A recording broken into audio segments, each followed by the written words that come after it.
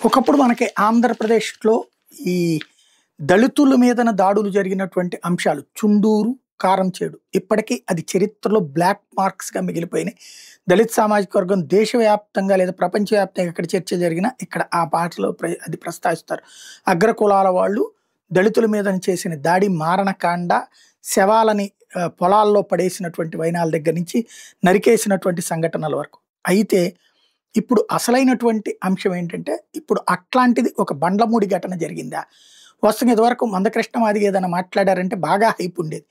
అప్పట్లో ఆయన్ని తెలుగుదేశం అభిమాన మీడియా అంతా కూడా హైలైట్ చేసేది. ఎందుకంటే ఎంఆర్‌పీఎస్ ద్వారా ఎస్సీ, ఎస్టీ ఓట్లలో చీలిక రావడానికి కానీ, తెలుగుదేశానికి ఎస్సీ సెగ్మెంట్‌లో విజయాలు సాధ్యం కావడానికి కానీ కారణమైంది ఆయన ఉద్యమం. మందకృష్ణ మాదిగకి మొట్టమొదట మద్దతు ప్రకటించిన వాళ్ళు ఈవెన్ మొన్నటిదాకా కూడా ఈవెన్ విదేశాలకి వెళ్ళి కూడా మందకృష్ణ మాదిగ గారు అదే చెప్పుకొచ్చారు. ఈవెన్ మొన్న నరేంద్ర మోడీ వచ్చిన తర్వాత సుప్రీంకోర్టులో అఫిడవిట్లేసి ఇప్పుడు వర్గీకరణకి ఓకే చేసింది కూడా ఇప్పుడే. ఆయన అనుకున్నటువంటి పోరాటం కూడా సాధ్యమైనటువంటి అంశం. చంద్రబాబు గారిని కలిసి కూడా అభినందించారు. అట్లాంటి మందకృష్ణ మాదిగ ఆంధ్రప్రదేశ్‌కొచ్చారు. బండ్లమూడికి వెళ్లారు.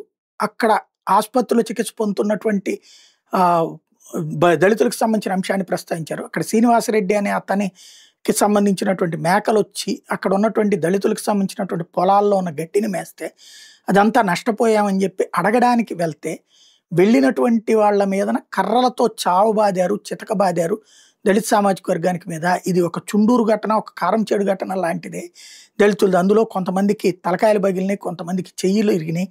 ఇంత దారుణం జరుగుతాం ఏంటి అన్నటువంటిది ఆయన ప్రశ్నిస్తూ వచ్చారు. ఈనాడు రాయలా, జ్యోతి రాయలా, సాక్షి రాసింది ఇప్పుడు.